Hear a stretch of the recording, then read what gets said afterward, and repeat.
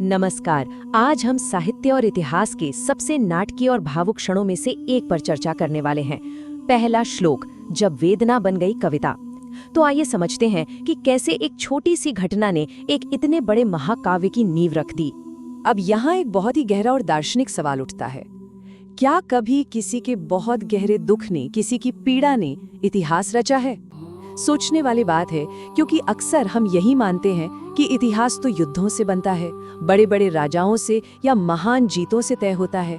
लेकिन क्या ऐसा हो सकता है कि किसी एक व्यक्ति की अनंत पीड़ा, उसका अथाह दुख कुछ ऐसा रच दे जो सदियों तक अमर हो जाए?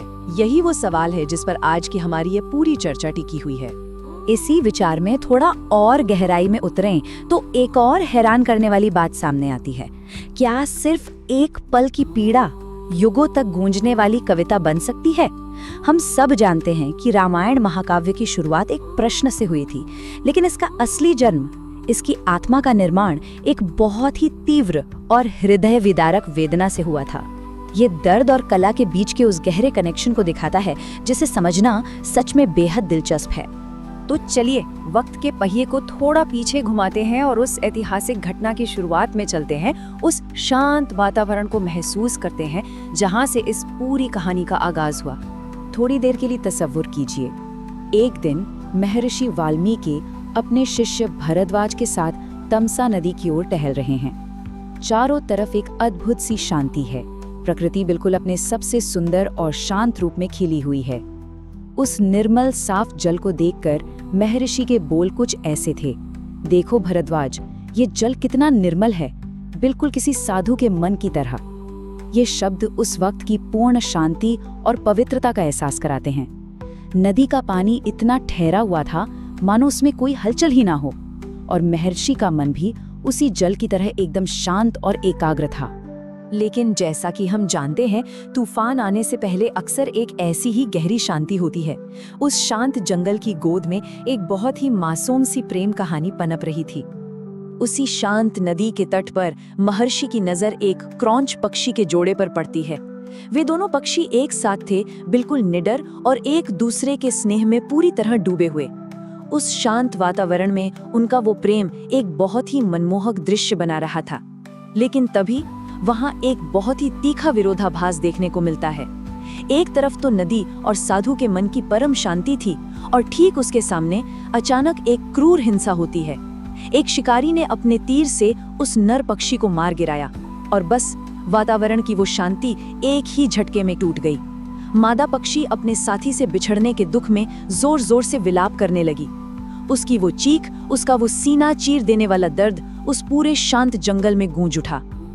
और यही वो दृश्य था, यही वो पल था जिसने सब कुछ बदल कर रख दिया। उस चीख ने महर्षि वाल्मीकि के हृदय को पूरी तरह से पिघला दिया। एक पल के लिए उस भारी दुख के बारे में सोचिए।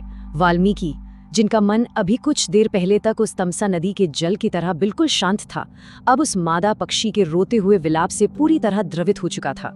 उनके अंदर ऐसी करुणा जागी जो शायद इतिहास में पहले कभी नहीं देखी गई। वो पीड़ा अब शब्दों का आकार लेने वाली थी, और ठीक उसी क्षण उनके मुख से अनायास ही, बिना सोचे समझे, एक गूंजता हुआ स्वर फूट पड़ा। मां निषाद प्रतिष्ठाम तुमागमः शाश्वती ही समाह यत् क्रौंच मिथुनादेकम अवधीय काम मोहितम। ये संस्कृत के वे शब्द हैं जो सीधे एक संत की आत्मा से, उसकी असीम करुणा से निकले थे। ये कोई पहले से सोची समझी कविता नहीं थी, बल्कि सीधे दिल से निकला हुआ एक ज्वालामुखी था।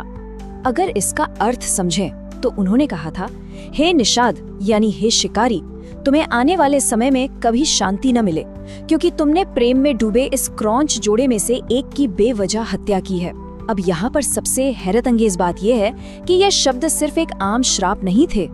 ये रामायण के सबसे पहले श्लोक का चमत्कारी जन्म था। एक मासूम पक्षी का दर्द वाल्मीकि जी के मुख से एक श्लोक बनकर पूरी दुनिया के सामने आया था। यहाँ पीड़ा ने, वेदना ने सच्चे मायने में कविता का रूप ले लिया था। और सबसे चमत्कारी बात तो ये थी कि वाल्मीकि जी की ये शब्द अपने आप एक पूर्ण छंद यानी एक परफेक्ट मीटर में ढल गए थे। जब उन्होंने खुद ये शब्द कहे तो वे आश्चर्य से भर गए। उन्होंने सोचा कि ये आखिर हुआ क्या। उनके मुख से निकले ये दुख भरे शब्द अपने आप एक परफेक्ट रिदम में कैसे तब्दील हो गए। उन्हें तुरंत इस बात का एहसास हो गया कि ये कोई मामूली बात नहीं थी। ये एक जादुई और बिल्कुल नई शुरुआत थी। एक बेहद गहरे दुख ने अनायास ही एक सुर, एक लय और एक कविता का अनोखा ढांचा तैयार कर दिया था। जब वाल्मीकि जी इस हैरानी में डूबे ही हुए थे, ठीक तभी वहां एक और अद्भुत घटना घटी जिसने उनका जीवन हमेशा के लिए बदल दिया। वहां स्वयं भगवान ब्रह्मा प्रकट हुए। सोच कर देखिए, एक नए बने कवि के सामने दिव्य प्रकाश से भरे हुए स्वयं सृष्टि के रचयिता खड़े थे। ये इस बात का प्रमाण था कि जो अभी अभी घटित हुआ वो ब्रह्मांडीय स्तर पर कितना बड़ा था। ब्रह्मा जी ने उन्हें 3 बहुत ही खास वरदान दिए। पहला, जो श्लोक उनके मुख से निकला है, ठीक वही शैली राम की कथा का आधार बनेगी। दूसरा, उन्हें श्री राम के जीवन को ठीक वैसा ही देखने की क्षमता मिली जैसा वो अतीत, वर्तमान और भविष्य में घटित हुआ था। और तीसरा वरदान ये था कि उनकी ये रचना हमेशा परम सत्य कहलाई जाएगी। इन्हीं नियमों और इस एक वरदान ने एक पूर्व डाकू को हमेशा हमेशा के लिए आदि कवि यानी दुनिया के सबसे पहले कवि में बदल कर रख दिया। ऐसे में हम इस कथा के इस हिस्से के अंत पर खड़े हैं, पर ये कहानी अपने पीछे एक बेहद रोचक सवाल छोड़ जाती है। ब्रह्मा जी के वरदान के बाद रामायण की रचना तो शुरू हुई, लेकिन राम का जन्म आखिर हुआ कैसे था? वो महान अयोध्या नगरी कैसी दिखती थी? और राजा दशरथ आखिर थे कौन? ये कुछ ऐसे रहस्य हैं जो अब इस महाकाव्य के लिखे जाने के साथ साथ दुनिया के सामने आने वाले थे।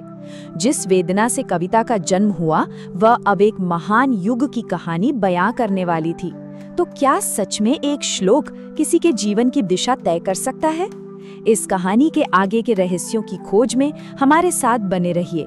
इस विश्लेषण में जुड़ने के लिए बहुत बहुत धन्यवाद।